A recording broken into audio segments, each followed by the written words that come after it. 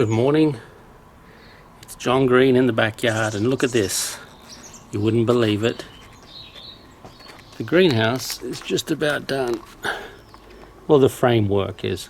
I put some extra 2x4s up for extra rigidity, and so we could hang wires down so we could grow tomatoes and cucumbers and other types of vines.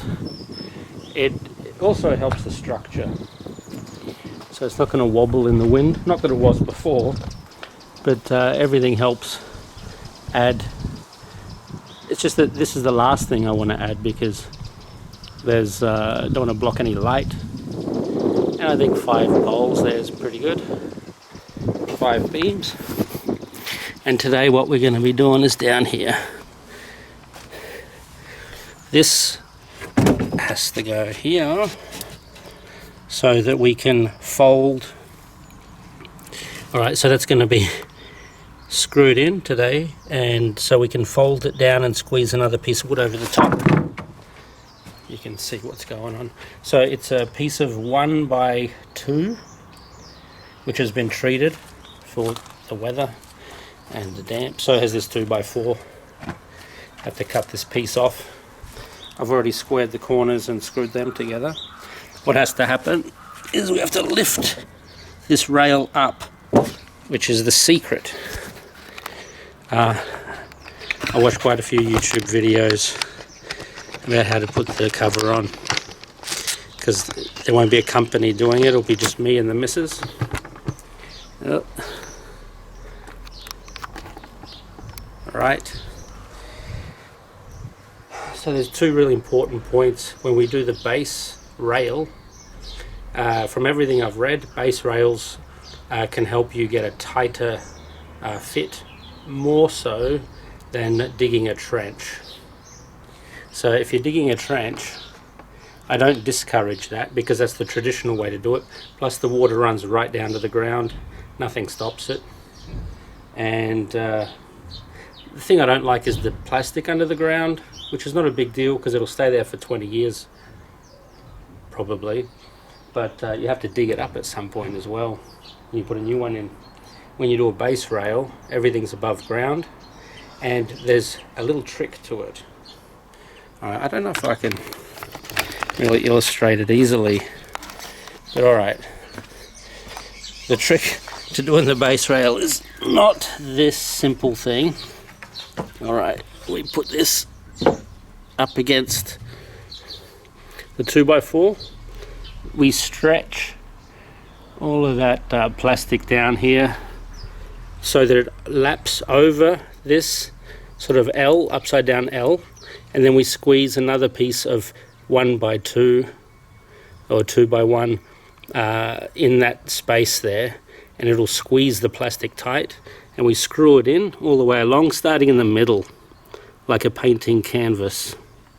But the trick, it's not a trick, but the way to do it correctly is that you must lift the base rail about the size of a 2x4, put a piece of 2x4 in there, and do all of the tightening that needs to be done while the entire base rail is like 2 inches higher than where it's finally going to sit.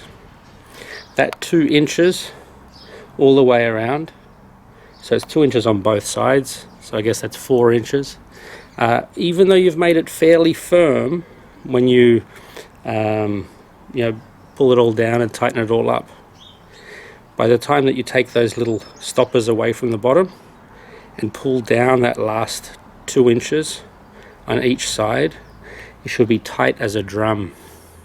Of course we will be filming that, and it's absolutely worth filming, but for now there's 2 things that I want to show you. First is this one, me screwing in the overlap part along the base rail and raising the base rail, which I should do first so I don't accidentally leave it undone.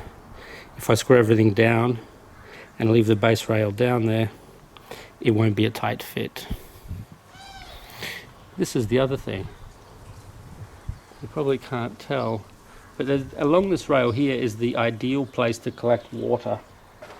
This will be a water catchment because the top of this greenhouse is going to collect a metric ton of water probably every day. So we have to work out a system of pipes to get the water off and into some container. And here we have the secret to that. This is called a D rail because it's a sort of a D, I guess, like that.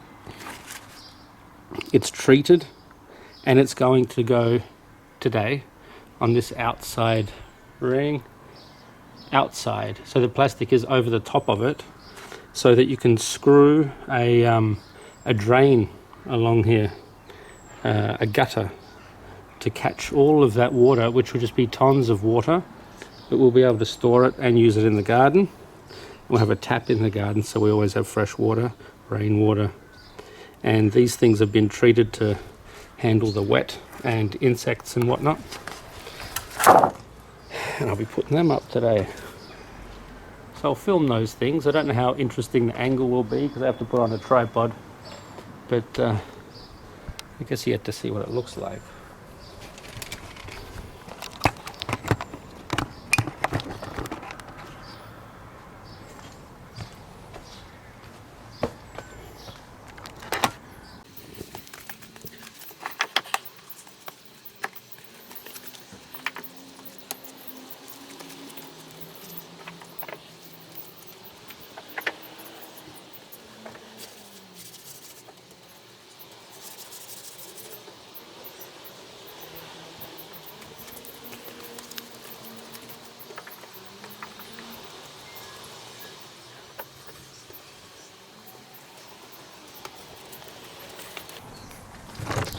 That's that part done. Alright, I had to raise it, which was actually easy as hell. Just those, it's going to be 4 inches on each side, which is 8 inches, which is heaps. I've got some heavy fellas coming to help me out. They're going to lean on it. So that's going to be pretty cool. I'm going to put this base rail together. What I need to do first is actually fix it to the rings. I also need to screw these parts in, which will be unscrewed later and will be unfixed from the rings and then refixed tighter once it's all pulled down. But that little gap there is the secret to getting that drum tight edge, well, the drum tight skin on your greenhouse when you use a base rail.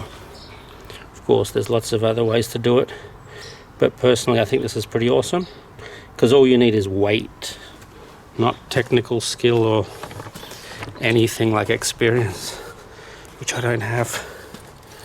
I've watched plenty of videos, so I'm going to put this top part of the upside down L into place.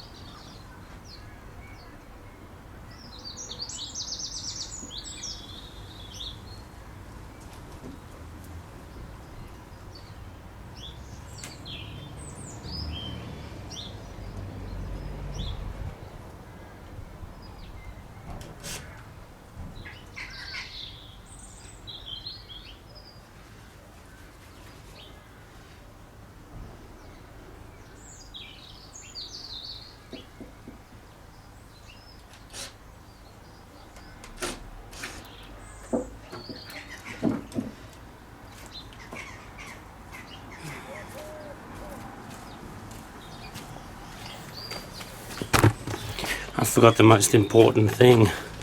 I won't be able to do either of those jobs without my favourite assistant. You know who that is? Clamps. Without clamps I wouldn't have been able to do any of this. Or sure, I could dig some holes without clamps, but I wouldn't have been able to keep the holes straight without clamps. So time to get some clamps.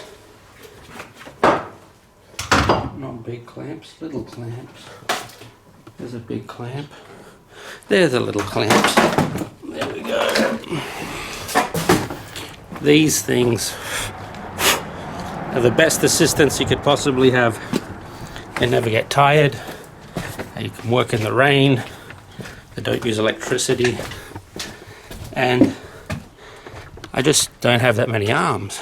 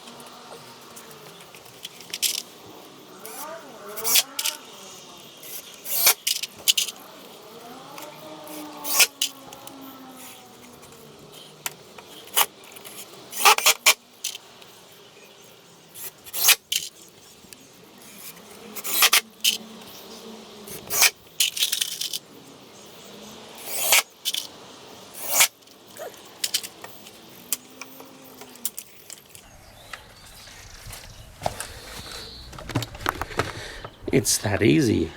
basically there's maybe a foot between each screw, you know, giving that a fair bit of strength.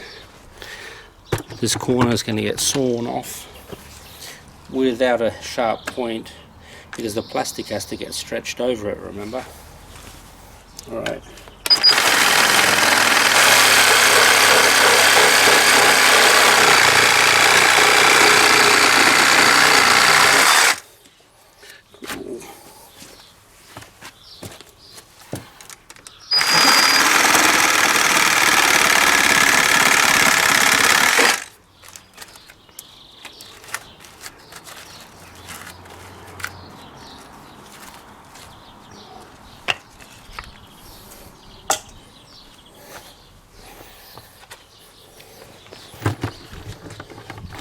Now I'll do the same thing on the other end, and that section is done. Hope you can see what I'm doing.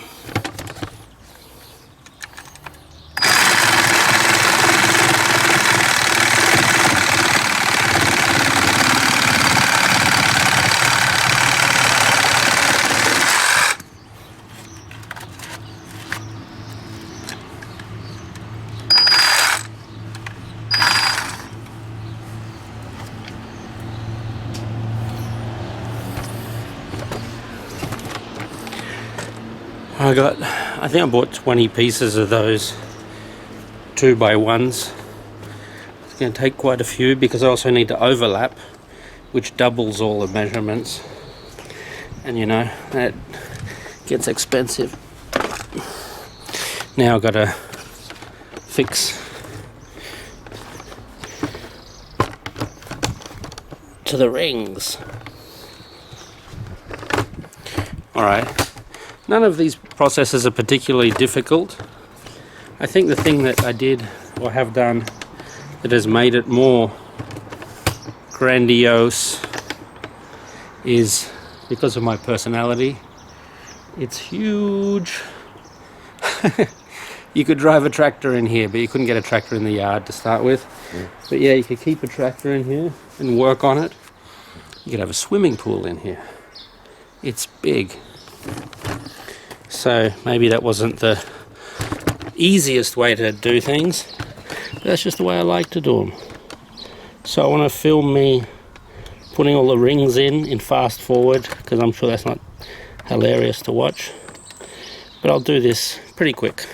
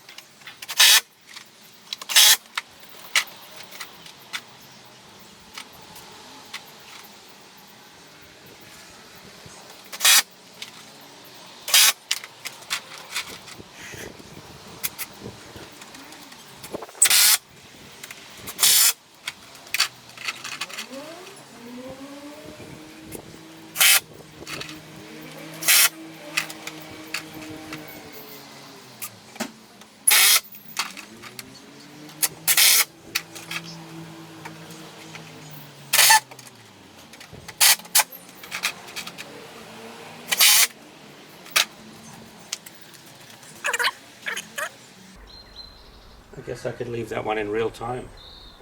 I'll have to do the same thing on the other side. But I also said I'd show you the base rail. Oh, not the base rail, the drain or the gutter rail, the D rail. Let's try that.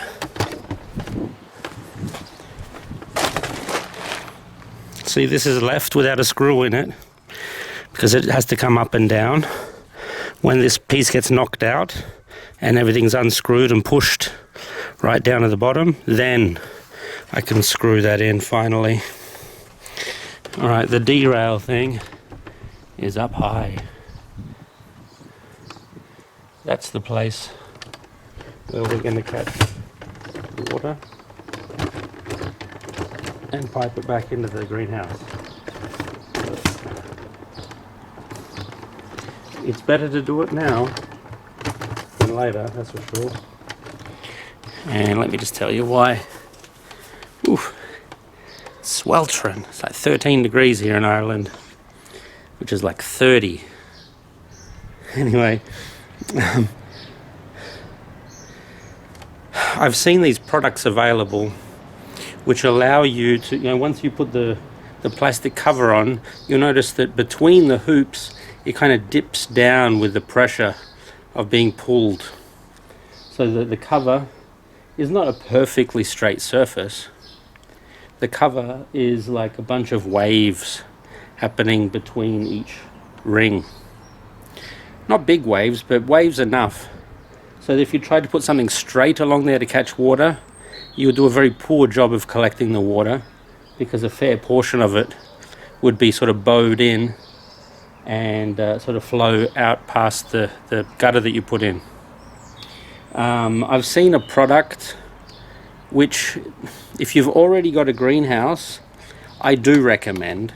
If you've already got a greenhouse and it's already built and you haven't got any kind of gutters to catch rain, so you could use that in the greenhouse, but you need that.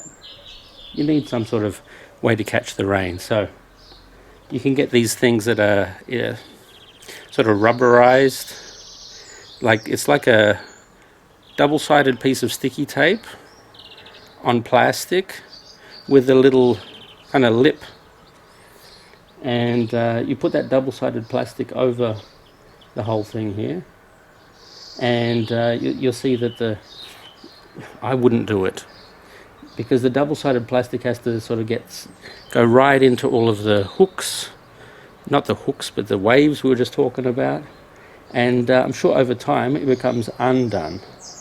Over time, I'm sure the glue that you use on the outside is affected by the heat and the rain and the freezing cold, and I'm sure it doesn't work anymore. Maybe it takes a year for it to fail, but I find that this way, before you put the cover on, it can only be before the cover goes on, you put this rounded piece of 4x2 basically along this inner edge, and then you stretch the plastic over that piece of wood so you have a perfectly straight surface, and that is the surface where you can run a drain down. The important thing though is not to run it perfectly straight, but you can even run it at a slight angle, running down to one end, the end where you believe you'll be catching the water. I don't want to catch the water at the back of my greenhouse. I want to catch the water at the front of the greenhouse, because in this dark corner, there's going to be a water tank. Because, I can't really plant anything good there.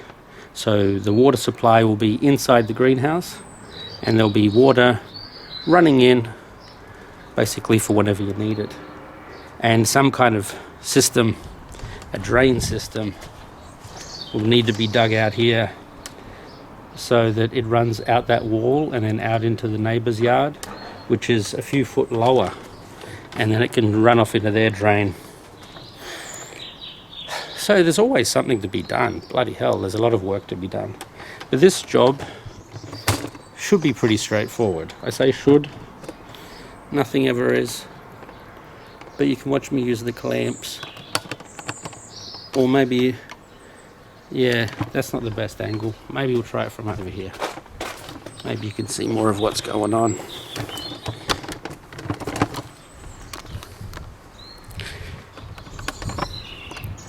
I would dare say so. But yeah, you get a good idea of what I'm doing.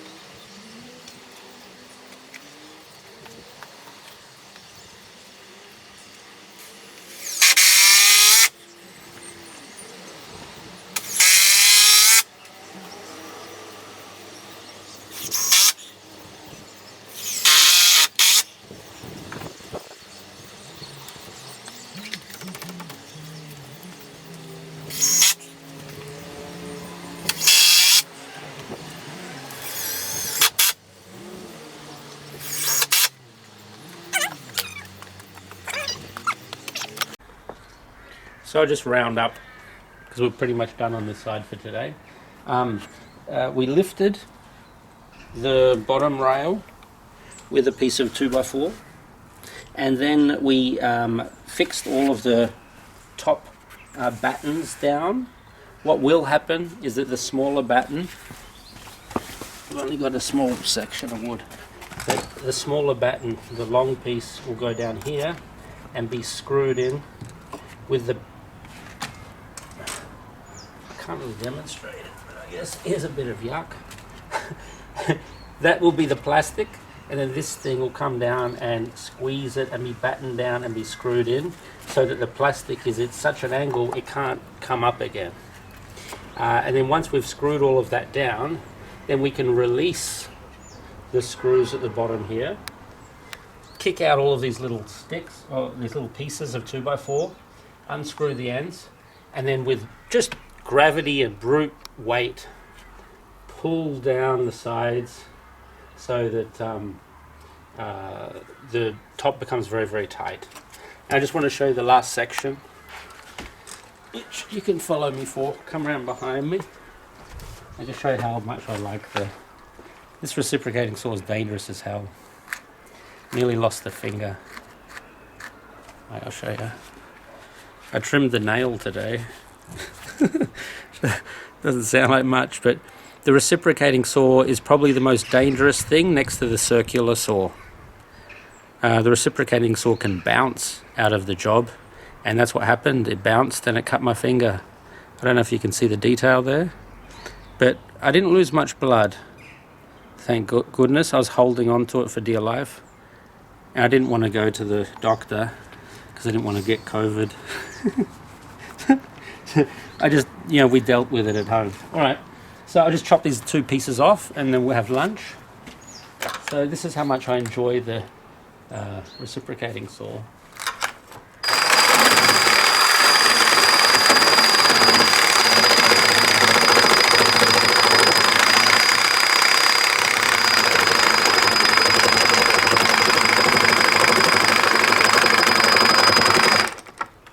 What a wiggler.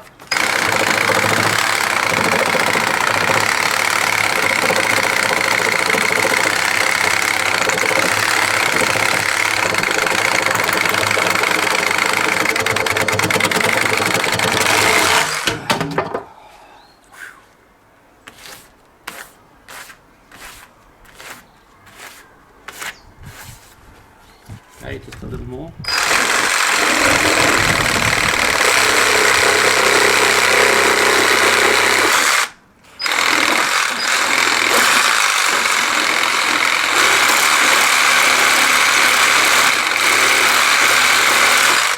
Awesome.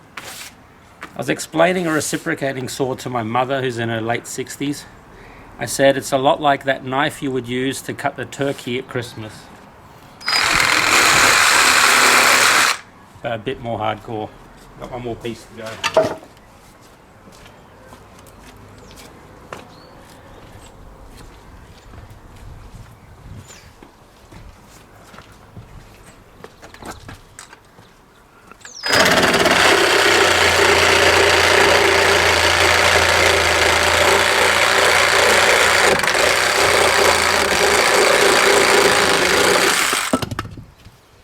Excellent. Pretty good angle.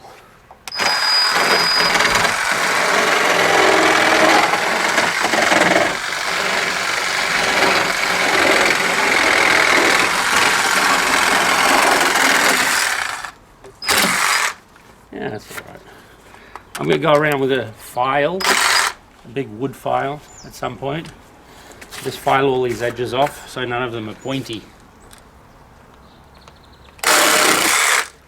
when the plastic goes on. Alright, I've done all I can do here. Mission accomplished. This side's done. I think we can go and have lunch now and pat ourselves on the back for doing a good job. You're watching Green Ideas. My name's John Green. Right now behind the camera is Dominique Green. And slow and steady we're going to see this greenhouse come together. A dog eating lavender. Have you ever seen that before?